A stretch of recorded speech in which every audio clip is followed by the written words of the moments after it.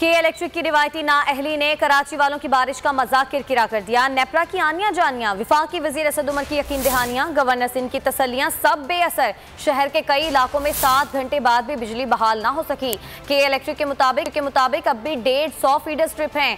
मलीर, शाह फैसल और लियारी के इलाके बिजली से महरूम हैं। तफसीलात जानेंगे बोल न्यूज़ के नुमाइंदे फयाज बुखारी से। जी फयाज, बताइएगा।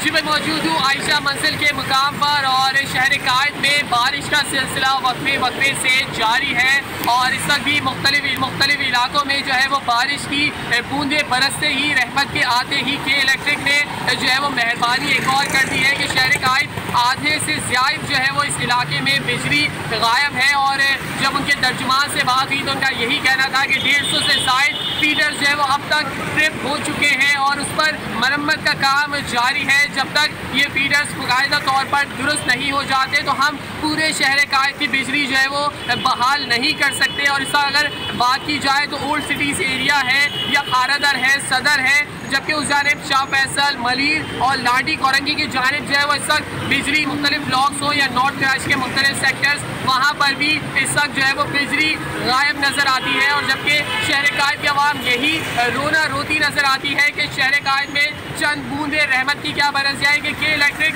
फौरी तौर पर बिजली मुअत्तल कर देती है। और शहर कायद की आवाम बहुत शुक्रिया फयाज। सब्सक्राइब करें और बेल दबाएं ताकि कोई खबर रह न जाए।